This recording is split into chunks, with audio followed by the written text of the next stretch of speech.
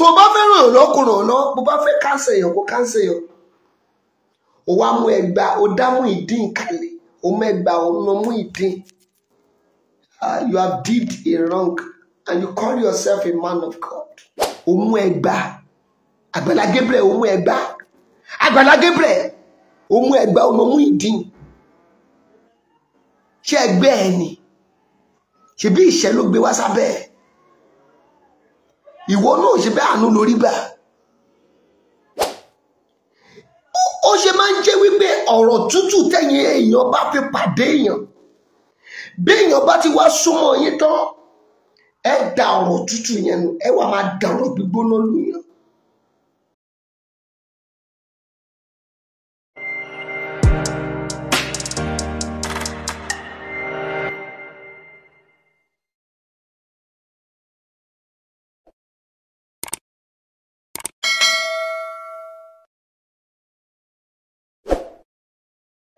ṣé rí òtítọ́ ò ní orúkọ méjì òtítọ́ ni òtítọ́ yóò máa jẹ́ irọ́ náà dẹ̀ ní orúkọ méjì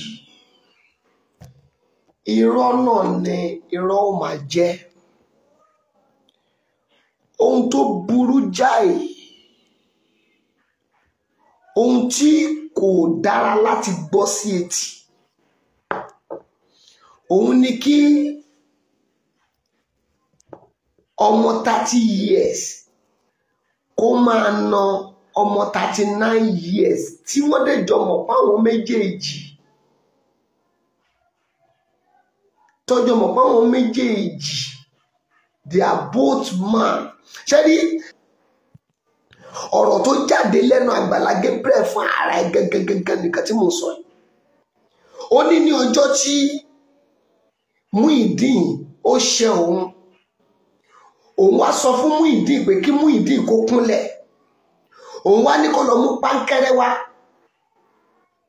òun wá na Muyideen ẹ lọ gbọ́n táwọn èèyàn ń kọ sí abẹ́ ẹ̀bẹ̀ yẹn sórí ẹ lọ gbọ́n tí àwọn èèyàn tí wọ́n ń kọ sí abẹ́ ẹ̀bẹ̀ yẹn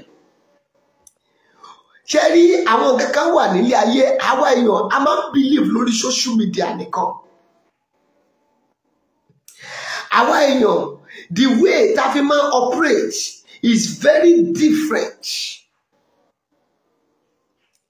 ṣe rí àwọn kankan wà tó jẹ́ wípé nílé ayé tá a wà nínú ẹ̀ yìí ó ní bá a ṣe gbọ́dọ̀ ṣe wọ́n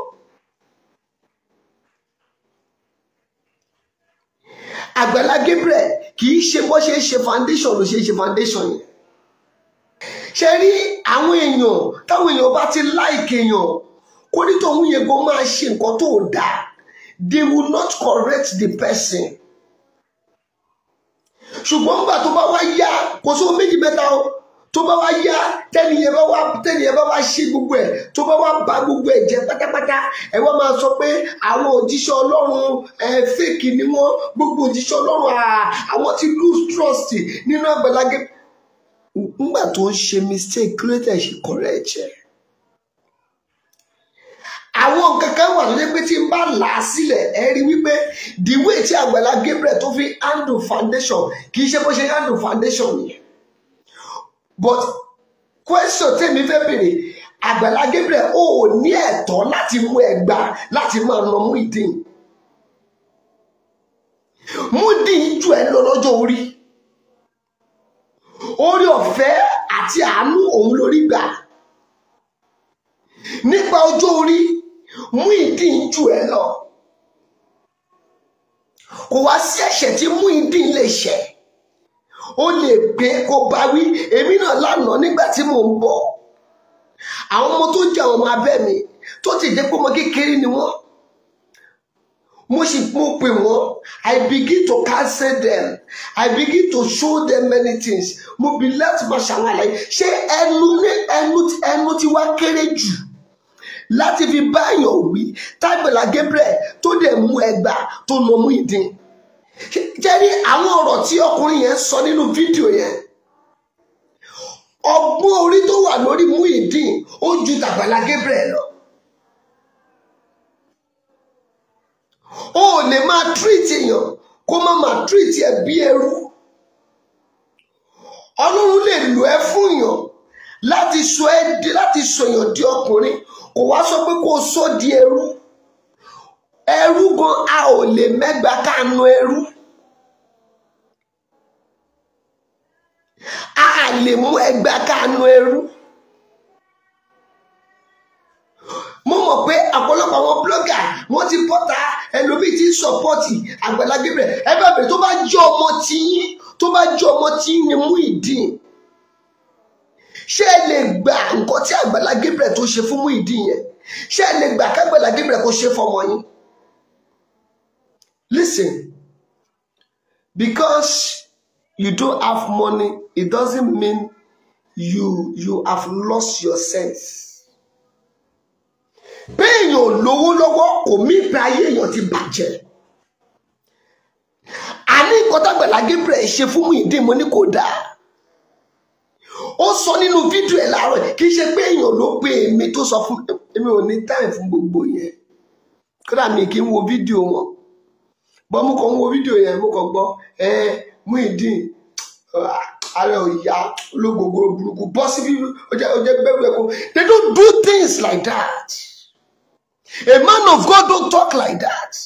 Anyway, man of God ó pọ̀.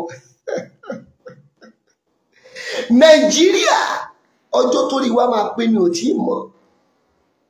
Bí yóò kọ́ bá ti lè bọ́ta tó twist brain wa báyìí, tó twist brain wa báyìí, tó twist brain wa báyìí, àdàgbòrè wa sọ́nà. Why tí Àgbàlá Gabriel fi máa nà Muyideen? I want him to come out and defend it pé kò rí bẹ́ẹ̀, pé òun ò sọ bẹ́ẹ̀. Màá wá lọ thank God pé fídíò tó gbé jáde láàárọ̀ ìfún ara ẹni kì í ṣe àwọn blogger ló gbé fídíò ẹ̀ jáde. Kì í ṣe àwọn blogger ló gbé fídíò ẹ̀ jáde. Ẹ̀yin yẹn ẹ share fídíò mo fẹ́ kó kọ Àgbàlá Gabriel. Ó ní láti jẹ́ ká mọ̀ reason why. Ṣé mo pé nígbà tí ọ̀rọ̀ Ẹ̀gbin Ọ̀run bọ́ta, mo ṣe bọ́ta tí mo sọ̀rọ̀ ẹ̀ náà nìyẹn. Àfìgbà tí wọ́n padà ṣe nǹkan tí mo ní kí wọ́n ṣe. Ẹ lè má treat èèyàn kẹwàá believe pé kó nítọ̀hún yẹn kò ní máa wúra rẹ̀ bẹ́ẹ̀. Muyideen gbọ́n ọgbọ́n orí ẹ̀ pọ̀, ó rí wípé ìṣe l'Àgbàlá Gabriel ṣe ló mú òun bí ẹrú. Listen, gbogbo àwọn tó kọ́lé fún ní ọ̀dọ̀ ẹ̀ wọ́n ló ní gbogbo ilé ẹ̀ náà. Àbáwọn ọmọpẹ́ tó nílẹ̀ ló nílé. Ìwọ ló fi owó ara ẹ ra ilẹ̀ yẹn. Ìwọ ló fi owó ara ẹ ra gbogbo ilẹ̀ yẹn, ó wá ń gé fún wọn díẹ̀. Àbórí Àgbàlá Gabriel phase 1, Àgbàlá Gabriel phase 2, Àgbàlá Gabriel phase 3. Bẹ́ẹ̀ kọ́ ni wọ́n ṣe ń ràn yàn lọ́wọ́. Wàá béèrè lọ́wọ́ ẹ̀ níbo ló fẹ́ kọ́lé sí. Ìwọ kọ́ ló dá owó yẹn. Àwọn èèyàn ló gádà owó yẹn jọ tí wọ́n dá. Níbo ló fẹ́ kọ́ ilé sí. Ibi tó bá lóun fẹ́ sí, wàá dẹ̀ kọ́ síbẹ̀ fún. O ti ṣe ohun tọ́lọ́run ní kò ṣe fún. Ṣùgbọ́n ọgbọ́n amúnisìn òun ló wà lórí Àgbàlá Gabriel tó rẹ̀ lè ṣe rí pé inú ibẹ̀ náà ló ń kọ́ ilé fún gbogbo wọn. I can talk to you in age. Èmi àti kì í ṣe age mate. So definitely bó jẹ́ mi náà lè mẹ́gbà kó ní o fẹ́ nù mí, máa fi ẹ̀ṣẹ́ máa fi punch orí ẹ̀. Báwo ni Àgbàlá Gabriel ṣe máa nà Muyideen? I want to treat that case very well. You have to come out and tell me. If not, oh my God, I will give him hot. I will give him hot video. Under 24 hours, you have to come out and tell me. Tell everybody. Àgbàlá Gabriel ó nídìí. N tó ṣe Muyideen jẹ́ wo nìyẹn. Ohun tó akẹ́wò ẹ̀wọ̀n mi dẹ̀ ní bóyá orí òpè bóyá ọ̀fà wà lára ọ̀fà wo ló wà lára ẹ̀. Poverty náà ọ̀fà ni. Ẹ̀wọ̀n tó bá sọ lọ́yọ̀ ọ̀fà ni. Tó bá fẹ́ ràn lọ́kùnrin ọ̀nà bó bá fẹ́ káńsẹ̀ èèyàn kó káńsẹ̀ èèyàn. Ó wá mú ẹgbàá ó dá Muyideen kalẹ̀. Ó mẹ́gbàá ó ná Muyideen. You have did a wrong and you call yourself a man of God. It doesn't work like that. Ó ń ṣe tíṣà. Kódà ọmọ yunifásitì wọn kì í mẹ́gbàá kọfí nù. Wọn kì í ná ọmọ yunifásitì tí wọ́n kọ́. ibi tí wọ́n ti ń lo ẹgbà ní Áfíríkà níbí báyìí mi ò sọ pa àwọn ìlú èmi o, primary school secondary school àwọn primary school èmi gan kí tíṣà tó lè mẹ́gbà kó tó lè nà mọ́ ó níbi tó máa dé. I own a school, so I know what I'm talking about.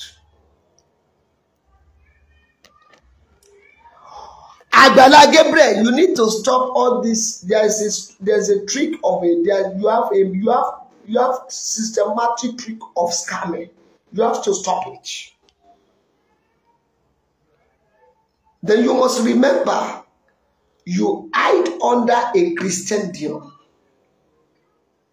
Má ṣe nǹkan tí wọ́n máa padà tó máa padà fi kó bá gbogbo Christianity pátápátá torí pé àwa èèyàn ìgbà téèyàn kan bá bọ́ta tó bá ṣe nǹkan ẹ̀ ní mọ̀ pé ẹni yẹn gangan ṣùgbọ́n nígbà tó bá ti wá ṣe tó jí tó ṣàṣe tó ṣe tó dá ẹ̀ wá dá gbogbo ẹ̀ wá dá lórí gbogbo Christianity. That is the reason why I'm coming out.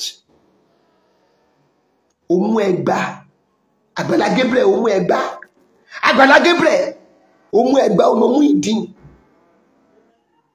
Ṣé ẹgbẹ́ ẹ ni ṣe bí ìṣẹ́ ló gbé wá sábẹ́ ẹ̀ ìwọ náà ṣe bẹ́ẹ̀ àánú lórí gbà náà àwọn owó tó ń dá tó ń ná fáwọn èèyàn ṣé wo lòun nílẹ̀ ni ṣèbí last time tó lọ sí ìlú òyìnbó ìwọ kọ́ sọ pé o lè wà ní òtútù kó máa kó lówó bẹ́ẹ̀ sí Nàìjíríà. What you do oṣooṣù ojújò òjíṣẹ́ Ọlọ́run kò yẹ kó ṣerú ẹ̀ wá ní òun mọ́ reason why tí Muyideen fi sá kúrò lé.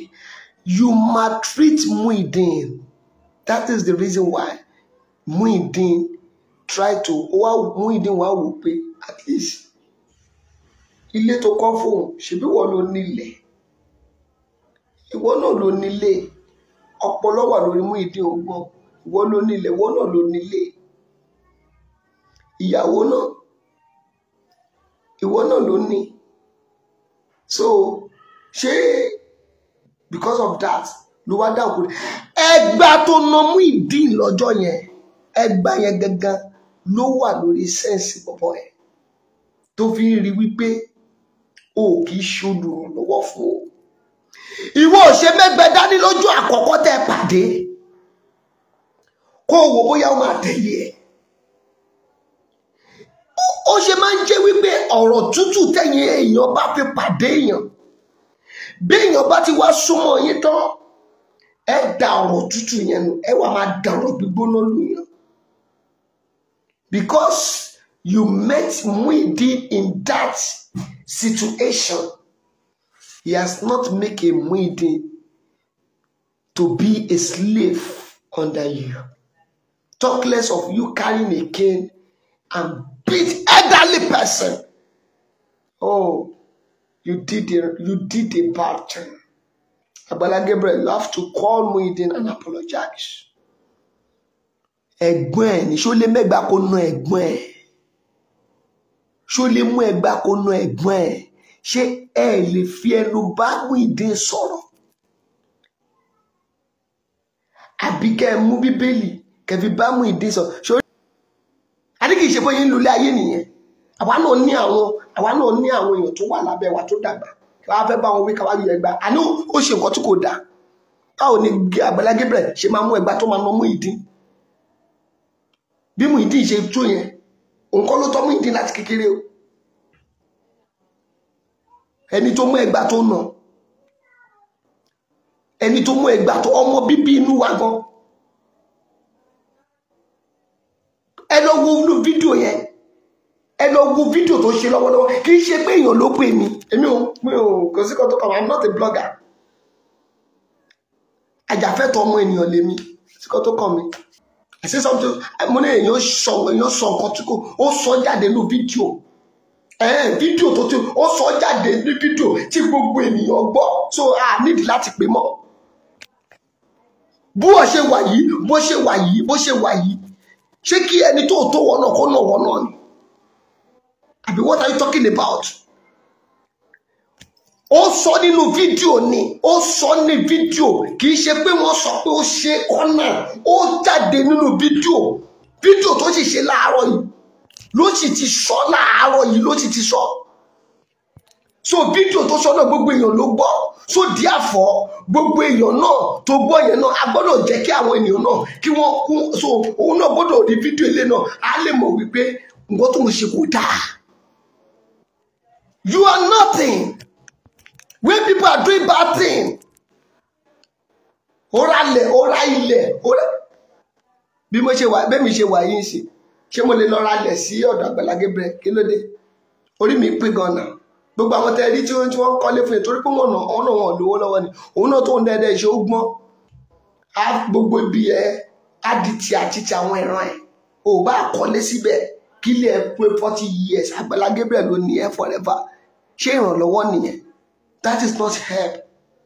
But èmi ò tiẹ̀ bá yẹn wá. But kí ló máa mú Àgbàlá Gabriel? Stop that! O gbọ́dọ̀ pè Muyideen kó apologize.